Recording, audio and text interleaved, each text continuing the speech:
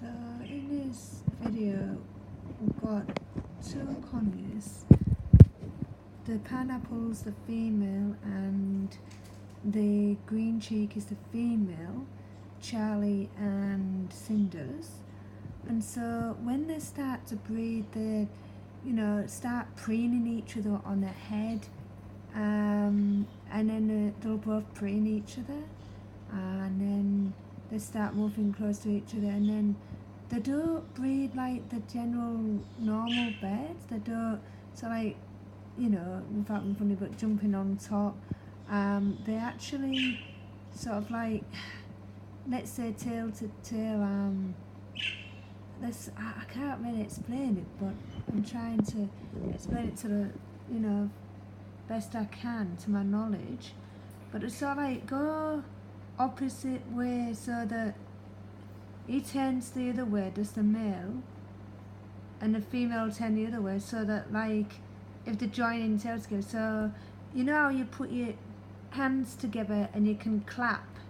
So if you just imagine one of your hands clapping on the other hand, that's basically what they do with their tail feathers. So, and that's how they breed really. But a warning of advice that when they are breeding, do not disturb them, or as it can put them off for further along that period. It could stop them breeding or having interest. And also, you would not put your hand in the cage, obviously, while they're in breeding season. And you got to be careful also when they're molting as well, because when they're molting, they can also bite. I've had my green cheek for 4 years, and she bit me for the first time, and I could not believe it. I was shocked, and it turned out that she was molting. And they can breed out of the breeding period as well, so you've got to be careful that they're not like that. Greet your bird first, and if you're not so sure about grabbing her with your hand, having a stick in your hand would be the best option, because they'll get the stick and they won't get you. In other words, they'll bite the stick and they won't bite your finger instead, which is good, because you don't want a bird biting you. It's really hard to deter which one's the male and female, but usually the male one's the brightest. With green cheek conures, you can't really tell, but the males usually tend to be brighter, but it's always best to do a DNA check. But I know mine are male and female, and how I got to know is because the breed, and that's the only way I got to know. So, and the first time breeders as well. So, if you've got first time breeders, don't expect them to have babies in that breeding period. It might be the breeding period, but they're not always guaranteed to be successful when they're breeding, and they might not breed at all. Man would breed, but they didn't, there was inexperience, let's say. So I'm hoping this year they will breed. I'm hoping that, and if they do, I'll keep you posted and send you, the little chicks. But the way I look at it, if you have two conures that are breeding and they have chicks, you leave them alone to look after the chicks. If you can remove the male safely, I'd wear a glove, and again use the stick option, because then you're not going to get your finger bitten off. I mean, they give a nasty bite, and Charlie, my pineapple conure, really, really loves to bite really hard, and not good. But it can be alright when it wants to be, but it can be a bit crabby. Well, as you can see, they're both preening themselves now, but then they will go back to preening each other, and then sometimes they can breed once, sometimes they can breed again. She's trying to get his attention again, and 9 out of 10 he always accepts that and gives her that attention. He is a beautiful bird. I know he bites me. There you go. They're trying to join tails together. Hopefully it'll be successful. I really hope these birds will have chicks, because they're two lovely birds. I know my pineapple one bites me now and then, but I do never ever shout at birds. If they bite, there's always a good reason for it, or they're just showing you that they're not happy. Instead of shouting at your birds, you just say, no, naughty, that's naughty, don't do that, in the best kind way. And people might think that, oh, but that's not really telling a bird. It is. And then you treat them if they don't do it again. And when they have the cover on top of the cage, make sure you take it off in the morning. But if the bird squawks, never put a cover on the cage, because when you do that, it just escalates the problem even more, makes the bird feel more stressed. That way a bird can end up plucking his feathers, and you might think they're molting, but they're not, they're actually plucking them out. So be careful that you don't stress your birds out by putting a cover over them when they're too noisy, because birds are birds, they are noisy, but at the end of the day, they are beautiful birds, and they give you a lot of love and affection. They chirp, beautiful sounds, they talk. So, you ignore the noise that they make, because they are beautiful birds. And I'm an animal lover. I love animals to bits. So I hope this has helped. As you can see, my bear cage is big. I've also got budgies up there. The conures, look at them. They don't even go for the budgies. They do like the budgies. I certainly wouldn't have them in the same cage though, but I have had them, all of them out, and they've all got on with each other. I don't know why, but it's a miracle, but they do get on with each other. But I wouldn't guarantee putting budgies in with conures, because it might not be the same for you. And so my bird loves a bath, and every time I say get a bath, she gets a bath. She probably will now that she's heard me say it.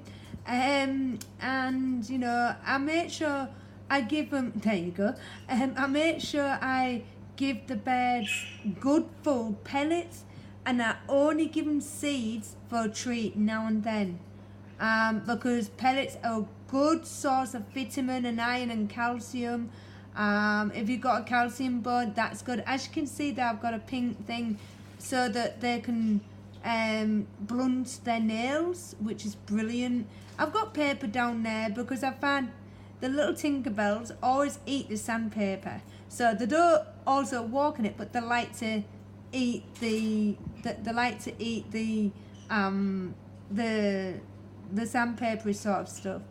So I don't bother with that. And then she gets a bath, and then she wets it all, which I don't mind, that happens. But occasionally, obviously, with paper, they'll tear it. But while they're in breeding motion, paper is a good option, because as it will be needed for a nest, and so she'll rip half of it off and she'll put it in a nest, So it's always a good option to leave paper in the cage so she can put it in a nest.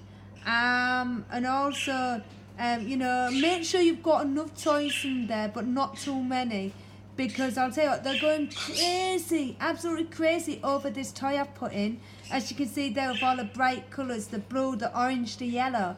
Oh, they love it. And then, of course, they were strong with the beak, so they tossed them off. So I gave the budgies the bit and made it into like a little swing, and the budgies love it. They absolutely love it. I would advise you not to get a mirror, because all mirrors do is, I don't know what, I've got a rough idea what it does, but the bird can think it's a female or a male if it's a female looking at the mirror, and it can give them the wrong signals. It can stress a bird out, actually, that, if you want your bird to feel as though he's happy in a way, just get two birds, don't just get one on its own, because getting a bird on its own isn't good. And the other thing is, if you have a bird that bites, and that's a male one, so if the male bird bites like mine does, but it's paired up with my green cheek, obviously. Now, because he bites, anybody would, want to, take him to, let him go to a good home, but obviously I wouldn't do that to anybody anyhow. But you know what I mean, it's just an example. It's not meant like, oh yeah, I'll just sell my bird because it bites. Not the case. That wasn't the case in what I was saying. What I was saying is that because he bites, if let's say that my pineapple departed from her, or let's say, sadly, let's hope not, but if it died, she would die within a few hours later, or a day later, or whenever, because she is that committed and she loves the mate that she's with. So be careful of that. You know, if you're thinking about getting rid of a bird because of it biting you to death and like literally making you pour with blood, you know, you if you do depart with the male or the female, vice versa, the other partner to that mate, the other bird will just die. So you couldn't part them if they were a pair, you know, because the other one would get so lonely and stressed, and it would not be a nice experience for the bird at all.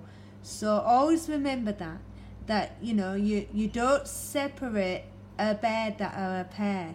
So male and female, never separate them. If they love each other that much, you don't separate them. Now if they didn't get on, the pair, so if a male and female didn't get on, then fair enough, you could separate them and they'd be fine. But if the male or female like each other, you can't separate them. So do remember that. So let's say if you wanted to sell one of them because it was biting, you'd literally have to sell them together as a pair, because the other one would just die. So it can get quite heartbreaking if you love the other bird, but you know the other one bites, and that's the only reason why you want to sell them. It will be heartbreaking for you, because you know you don't want to get rid of a bird that you love, but at the same time you don't want a bird that bites, you know. But there is ways that you can train a bird not to bite. You just treat them, give them a treat every time that they do not bite. I've done this before and it's been working. Every time that they do not bite,